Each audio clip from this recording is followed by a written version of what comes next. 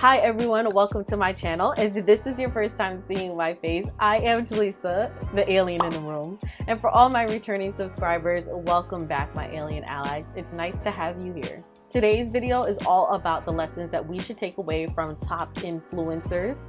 And particularly this video is going to talk a lot about B. Simone. I'm assuming we all know who B. Simone is, but just in case you don't know, B. Simone is a social media personality. I believe she really got her fame from being an Instagram comedian. She is on Wild 'N Out as one of the comedians that aren't on his regular cast.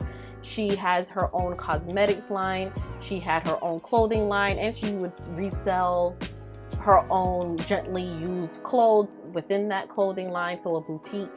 She's also, I believe, a licensed cosmetologist, I believe she's a licensed cosmetologist.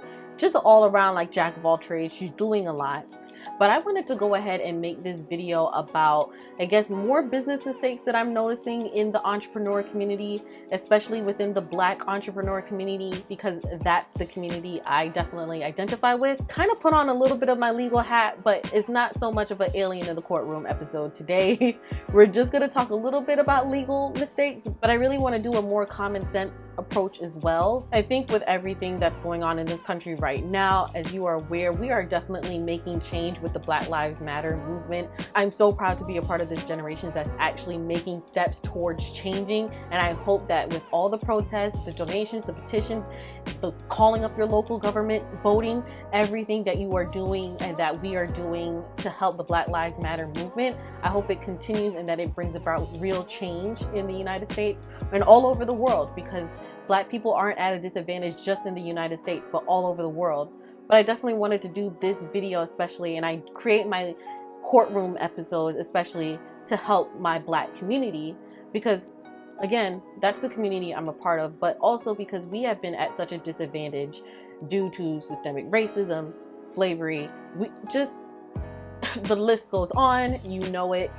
You and I should both know it by now, but we have been at such a disadvantage that we haven't really had the tools to learn what it really means to create generational wealth, what it means to create multi-million-dollar businesses. Just to be successful, we're just constantly used and abused within this country. And I'm proud to say that this generation is full of entrepreneurs or like business-minded people who are interested in learning how to form a business, learning about stocks, learning so many different things. We are a generation that's really educating ourselves into becoming better, more rounded, more financially secure, more fiscal focused people. And a lot of us haven't gotten the firsthand experience of seeing our families own and run a successful business. A lot of us are our first generational business owners. So I think it's really important that we have these discussions amongst each other and that we share the information and share the resources amongst each other so that we can rebuild Black Wall Street or, rebuild our Black economy. So that's the whole purpose of this video. Just a little bit of shooting off the top of my head as a Black consumer and also as a Black entrepreneur and creative, but also as a Black lawyer. Okay, fitting in all those bubbles. These are the things that I think we should probably address a little bit. And I will say a lot of these issues kind of deal with a change in mindset. I think B. Simone is a great example of how a lot of us need to change our mindsets. I'm going to talk about her in just a few minutes, but the first issue that I want to address kind of leads into talking about her. This first issue is more generalized for a lot of young entrepreneurs. I myself can relate, and it kind of hurts my own feelings, but we have to get clear on whether we are running businesses or charities. I was having a conversation with my friend about entrepreneurship, Black entrepreneurship, and she said, are we running businesses or charities? And as soon as she said that, I was like, oh, that's a bar. Please preach. Speaking from an entrepreneurial part or a creative part, I can see that we want to be supported by our family and friends. We want them to help us promote our businesses or support our businesses, purchase a product. But at the end of the day, that's running a business as a GoFundMe. You don't want to have to rely on your friends and family to promote, to buy your product. You want to make sure that your product has value to customers outside of your family who know you.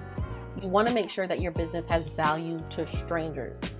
I can't say that I don't love and appreciate the support, the promos that everyone has given me, everyone that I personally know has shouted out or recommended my product or service to a person, I can't say that I don't benefit from that and I don't appreciate that. But at the end of the day, a slight twinge hits me when I realize, wow, that's a stranger who saw value in my item. That's a stranger who liked what I produced. Sometimes your family and friends are not your customers. They're buying just to support you. And if that's the case, then you can set up a GoFundMe page and they can just donate to your charity if that's the case. But as a business and as business owners, we have to be aware that our businesses are not charities. You want actual customers. And you can't just rely on family and friends to be your customers. And similarly, you can't rely on family and friends to be your marketing team. Your family and friends did not sign up to run this business with you. They're probably not receiving any of the profits from you. They are not your marketing team. And I was having this conversation with a friend and she said, to be honest, you have to remember that Instagram is a place where people are creating an image of themselves, an identity. And sometimes people don't want their identity to be wrapped up in your product that has nothing to do with them. We can't look at it black and white as influencer and non-influencer. At the end of the day, everyone is kind of their own mini influencer. Why would they recommend your product? They've never tried it, or it doesn't align with their lifestyle to their personal friends or to their network. You are not entitled to their network. You have to show proof. You are not entitled to your friends and family support. If that's the case, then you should get a GoFundMe page. And you cannot use your friends and family for your marketing team. And this brings me to my next point. Just because someone is relatable does not mean that they are comparable. This is when we finally get to talking about B. Simone. A couple of months back, B. Simone challenged herself to form $1 million before her 30th birthday. And she had on this whole team of basically friends and I guess maybe friends who are family. And they took on some of the responsibility of helping her reach her $1 million goal before 30. And it was such a big thing on social media that, wow, this is what happens when you have a team behind you. This is what happens when you actually have friends and family who support you and believe in you. And look how they all made $1 million and la da da da da. Just because someone is relatable does not mean they are comparable. B. Simone, yes, she is a funny Instagram comedian. She's relatable. She's a black girl like you and I. You know, maybe you feel like you have some attachment to her personal story of her like struggle to money story. But she has been putting in that work for years now. She's been doing Instagram comedy for, I would say, 5 years now or even more. And she even has social proof. She was on Wild and Out. She was on TV. You and I both know her name. She is, in the sense, a social media celebrity, a social media star, an influencer. And she has social proof. So you can't expect your family and friends to just kind of drop what they're doing and join you and be your team if you haven't showed them social proof. We have to get out of our feelings. She is not comparable to you, as terrible as that sounds. But as you are aware, she's receiving a lot of backlash for one of her latest business ventures, and that is her manifestation workbook, her book that she authored and put out through her company. And within that workbook, she's plagiarized from other small content creators. And honestly, that fiasco makes me think of two different things. First, the thought that I have, or the lesson that I should have from that experience, is to stop placing like these arbitrary, silly goals on where we want to be in life. It sounds so dreamy and beautiful to be included within the Forbes 30 under 30 list. Like, obviously that's something that is aspirational and admirable. But B. Simone placed this timeline on herself to become a millionaire before 30, and she was like months away from the deadline. And because she put that deadline on herself, now she's running into all these issues with her last venture because it was rushed. And you can't rush a good product. We have to stop putting out just bullshit without doing our research. excuse my French, but we have to do better. You can't just put this arbitrary deadline on something just because it sounds glamorous, just because it sounds like a status symbol. That's a problem within our Black community. Everything is about status and power, and I get it because we've been powerless for so long. But that's not the right way to go about establishing your power. And it is possible that if you take in your time, you would become a millionaire with great reviews. But because it was rushed between this 90-day period or however long she put it for, there was a crappy product. To be blunt, it was a crappy product. And now people feel scammed and people are upset with her, and she's not doing so well in the media. We have to stop putting a rush on our success. As much as I hate it, because I hate not having a successful brand and I hate not having all the money in the world, but there is a process to everything, and you have to take the steps, not the elevator. You know, like, just take the steps, take your time. Like I said, because B. Simone has social proof, she was able to afford a team. But we have to be careful who we are putting on our team. Are you hiring business-minded people, or are you hiring hustlers? Not to say that I actually know everyone that was working for her or anything, but I know it's a thing that usually when Black businesses come up, we want to bring our family and friends along and help them out too. And I don't think there's any problem with that, but we want to make sure that the people we are bringing into our business or into our structure are actually serving a purpose, are actually doing their job. We can't just employ people that aren't really going to help the business or are actually going to hurt the business. Who's to really say that she wasn't just detracting the blame from herself?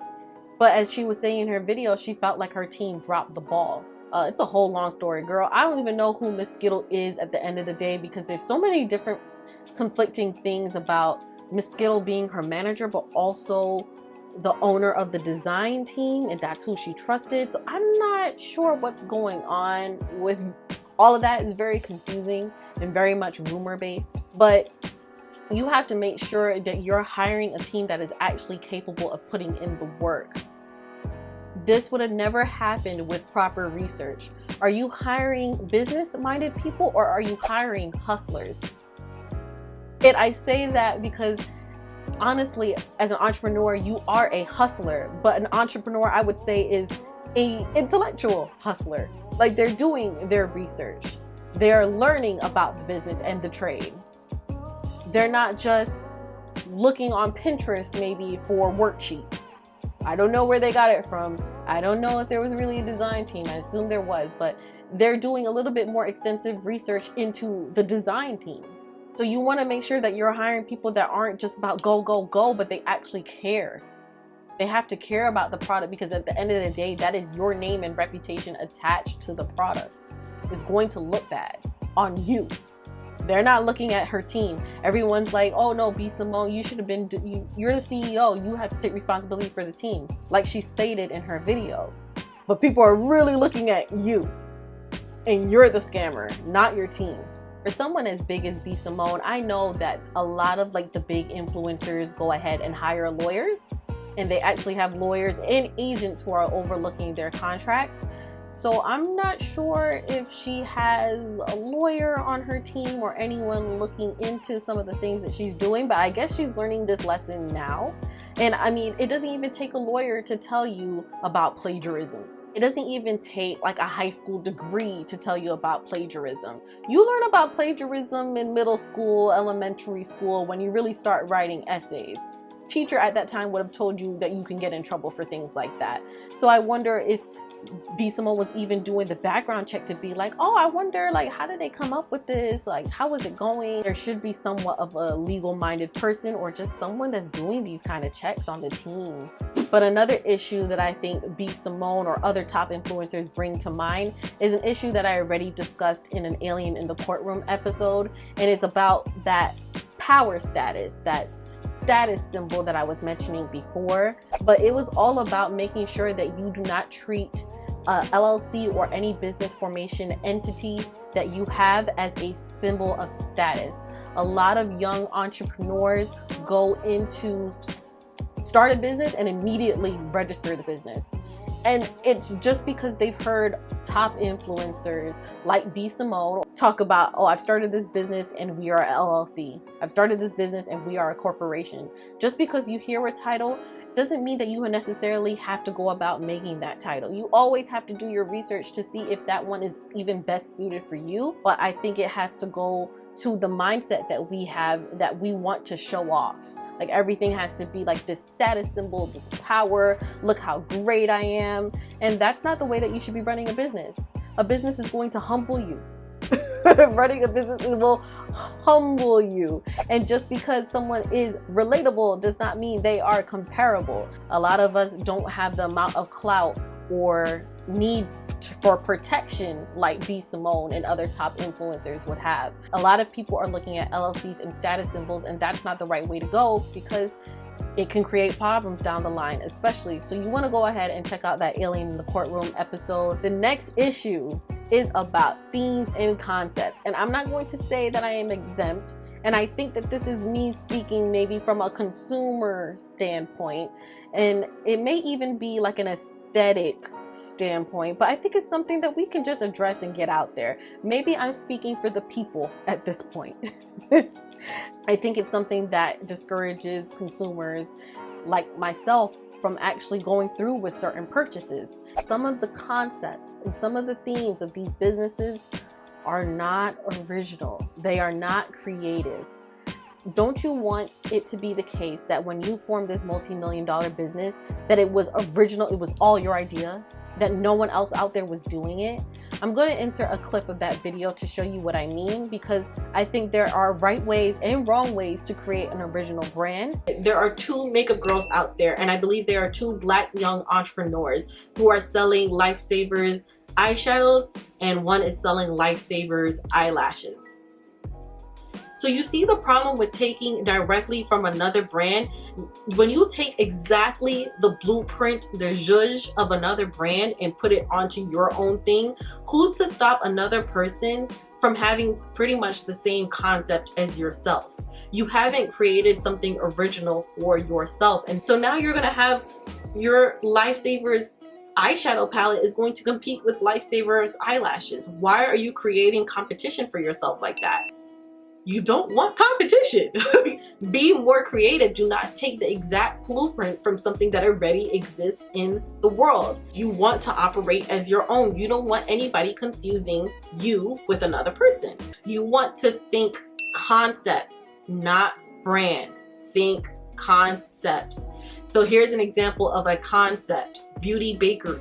What Beauty Bakery has done is that they are combining the concept of baked goods with makeup, and it doesn't necessarily tie to any brand out there. They're not Sprinkles inspired, they're not Magnolias inspired, they are inspired by baked products in general. Another example is Super Scent's crayon case. That's combining school supplies with makeup. And building up on that, there is a little bit of an aesthetic kind of issue as well. I don't want to say that my aesthetic is the only aesthetic that applies, that only my way goes. So maybe this one is more of a personal opinion, but I feel like I'm speaking for myself and other consumers out there when I say some of these things. Building an original brand also doesn't mean just placing your brand name all over your products. It doesn't apply to everyone, but for a majority, a great majority of brands out there, putting your name onto an item isn't necessarily that appealing to the customer. Especially within the fashion industry, I understand that people want to create a name for their brand, and they want their name to be a household name. Just like Gucci, Fendi, Louis Vuitton, Dior, all the other high name, high fashion names out there. So you decide, you're gonna make a monogram, or maybe you're just gonna put your brand name all over an item, or just a one line of your name. And I think aesthetically, we have to be careful about the names we are choosing. Now, I talked about how to pick a great name, a fanciful and arbitrary name that's deserving of a trademark, also in the Alien in the Courtroom episode. So you can go ahead and check out that episode up there. But a lot of the names that we are picking aren't so creative and aren't so pleasing to the ear that people would want to wear your brand name on their person. And that's just being honest. Sometimes an item can look really great, but if the brand name don't have that little, little extra kick, a little je ne sais quoi to it, then it might not be something that I feel comfortable with wearing. One of those names that get the people going. That's just from a consumer standpoint, and that's just how a lot of people out there feel. We have to change the mindset of being so attached to an item that we do an item a disservice. You know when a name just has like a little special ring to it, it just has like a little special zhuzh to it. And a lot of these names don't have that zhuzh. They don't. That's like me naming my shirt Johnson after my last name. Why? It might not have that ring to it. It doesn't have that little fancy, cute ring to it. I can't see a girl wanting to wear a shirt that says Johnson on it, unless their last name is Johnson themselves. And by the way, in that video, I actually explained the possible problem with actually using your personal name as your brand name. The possibility of actually losing your name to your business when it becomes a multi-million-dollar business. So that's just something to bear in mind as well. So go ahead, check out the Alien in the Courtroom series, because we get down to the nitty-gritty over there. So with all of that being said, I think that's the end of the business rant. Hopefully not too long, but just a couple little things I see here and there that we should try to get together. And I am not exempt from these things either. I have to change my mindset too. I want to be a millionaire before 30. And I want my friends and family to support me, but I understand that running a business requires me to change my mindset, requires me to do the research. If you have any further thoughts, or if you disagree, anything you want to say, leave it down below in the comment section. I would love to have the discussion with you. Give it a thumbs up if you enjoyed this video. Subscribe if you haven't already, and turn on the bell for notifications so that you come back here every time I post a new video. I want to see you here, okay?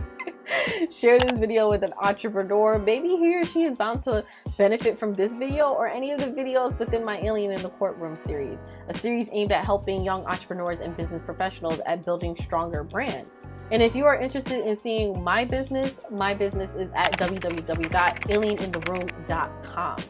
Thanks for watching. I'll talk to you guys in the next video. Bye.